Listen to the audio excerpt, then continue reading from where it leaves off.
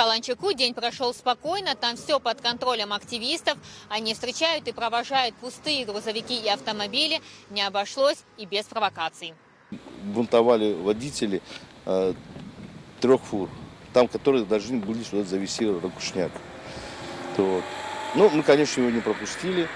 Но они вроде там возмущаются, что людей приведут, будут там по одной ракушке в день протаскивать. Ну, они бьют на то, чтобы чтобы мы все-таки настаивали, чтобы мы пропустили эту фуру. Но мы стоим железно, никого не пропускаем.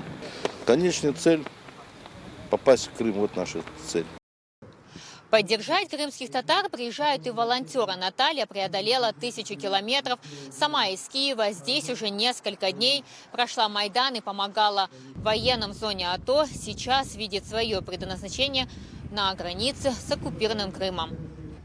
Хотелось бы, конечно, чтобы мы не стояли с вами здесь, возле красной черточки, а мы стояли там дальше, чтобы мы спокойно ходили по нашей земле. Это наша земля.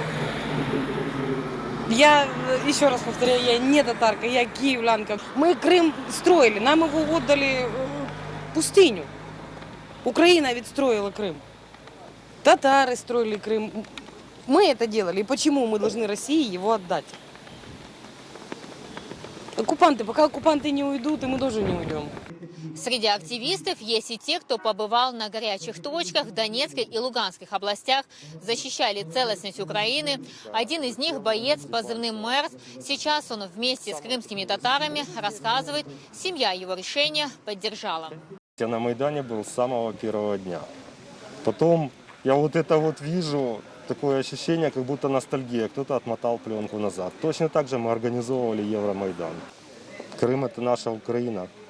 Мы должны вернуть исторически нашу территорию, нашему народу. Я здесь по зову сердца. Крымские татары должны обрести свою родину, чтобы не были они скитальцами. Они должны вернуться на свои исторические места, жить счастливо. И мы должны к ним приезжать туда, как братья, как друзья. Поддержать блокаду приехала семья из полуострова. Из-за безопасности лица не показываем, имена не называем. Вместе с крымскими татарами будут здесь несколько дней. И вот что они говорят. Считаем, что это абсолютно правильное, верное решение. То есть так как мы на данный момент оккупированы, то полностью власти России должны нести за нас ответственность. Поэтому мы поддерживаем акцию, которую организовали крымские татары, и приехали поддержать, сказать, что многие поддерживают, люди воспряли, у них появилась надежда. Я родился, всю жизнь прожил в Севастополе. Да, это всегда был русский город, но он всегда находился на территории Украины. Даже при Советском Союзе он все равно находился на территории Украинской ССР. И к тому же все-таки я этнический украинец, мне ближе все-таки жить в Украине.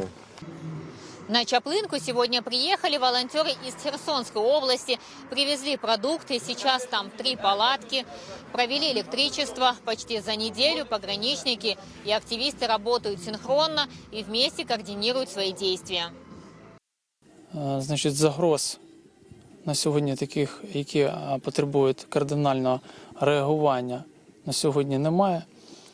Підрозділ контрольний пункт в'їзду-виїзду здійснює своє функціонування в штатному режимі конфліктних ситуацій з представниками громадськості, які здійснюють так званий громадський контроль або вантажну блокаду немає. Значить, на сьогодні, після 20 вересня, жодна вантажівка административный кордон не перетинала. На Чангаре круглосуточно дежурят активисты, на блокпостах осматривают машины. Рассказывают, иногда водители пытаются провоцировать, но до ссор не доходит. Проверили машину «Шкоду», вел себя вежливо, аккуратно, достойно. Понятно, понял, принял, плюс. За 3 дня у меня здесь не было еще ни одной груженной фуры. Пустые были, выходили с Крыма, на территорию Украины заезжали. Да, пропускали без проблем. Груженные фуры в сторону временно оккупированной территории Автономной Республики Крым пропускаться не будут ни при каких обстоятельствах. Первый день, второй день, третий день пытались, после этого попытки даже прекратились.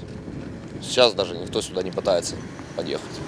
Пообщались с водителями автомобиля. Один из них, Руслан, возвращался из Крыма на материк, ездил к родственникам и делится своими впечатлениями.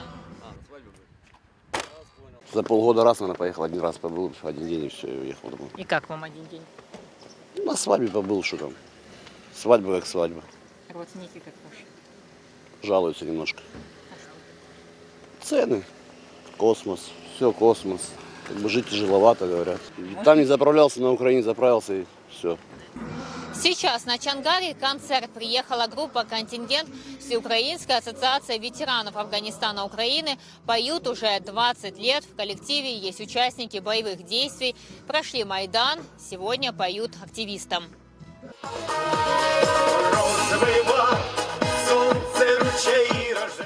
Эльвина Сидбулаева, Ислам Пинка и Олег Козыкин. Заман, АТР.